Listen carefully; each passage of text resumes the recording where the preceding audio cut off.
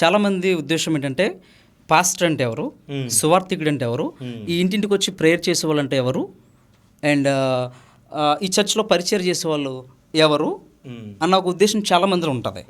So pastor అనే వ్యక్తి ఏంటంటే ఒక చర్చ్లో స్టెబిలిటీగా ఉండి ఆ చర్చ్ని ముందుకు నడిపిస్తూ, అంటే వాళ్ళ ఇంటింటికి వెళ్ళి ప్రేయర్ చేసి లేకపోతే వాళ్ళ కష్టాల్లో తోడుగా ఉంటూ వాళ్ళకి వాక్యం చెప్తూ సో ఇవన్నీ చేస్తూ ఉంటారు. సో సువార్థికుడు అనే వ్యక్తి ఏంటంటే హీఈస్ నాట్ స్టెబిలిటీ, అంటే ఒక ప్రదేశంలో కాకుండా చాలా ప్రదేశాలకి వెళ్తూ అనేక ప్రదేశాలకి వెళ్తూ సువార్త చెప్తూ ఉంటారనమాట. ఎస్, అంటే అంటే ఏంటి అసలు? సువార్త అంటే క్రీస్తు గూర్చిన వార్త. ఓకే, అంటే క్రీస్తు ఏదైతే మనకు బోధించాడో, ఆయనకున్న స్టేట్మెంట్స్ ఏదైతే ఉన్నాయో అవన్నీ కూడా మన ప్రజలకు బోధించడం.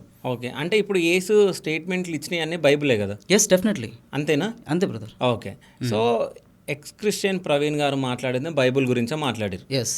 సో బైబిల్లో ఉన్నాయి మొత్తం యేసుక్రీస్తు సువార్తలు, అంతేనా? అంటే యాక్చువల్గా యేసుక్రీస్తు ప్రభువారు క్రొత్త నిబంధనలు కనిపిస్తారు. అంటే ఇందులో పాత నిబంధన ఉంటుంది, క్రొత్త నిబంధన ఉంటుంది. సో పాత నిబంధన ఎవరు రాసిరు? పాత నిబంధన కూడా ఇది దాదాపుగా 40 మంది ప్రవక్తల పైగా రచింపబడింది ఈ బైబిల్.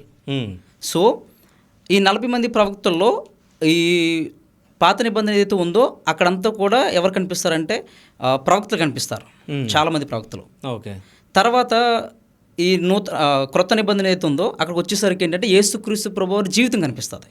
ఓకే, అక్కడి నుంచి మత్తాయి, మార్కు, లూకు వీళ్ళంతా కూడా ఎవరంటే యేసు ప్రభు యొక్క శిష్యులు. ఆ శిష్యులు రాశారు ఇదంతా కూడా. అంటే తన కాల వ్యవధిలో ఉన్నప్పుడు వాళ్ళు ఏదైతే చూసారో, ఆయనతో ఏదైతే నేర్చుకున్నారో అవి రాయడం జరిగింది. అది క్రొత్త నిబంధన. అయితే యేసుక్రీస్తు ప్రభువారు క్రొత్త నిబంధనలో యోహాను సువార్తలో ఒక మాట అంటాడు, ఏంటంటే అబ్రహాము పుట్టక మునుపు నేను ఉన్నానంటాడు.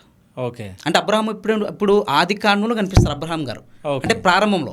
అంటే అబ్రహాము పుట్టక మునిపే నేను ఉన్నానని ఆయనే స్టేట్మెంట్ ఇచ్చాడంటే ఇన్ ద బిగినింగ్, అంటే ప్రారంభంలోనే యేసుక్రీస్తు ప్రభువు ఉన్నారు.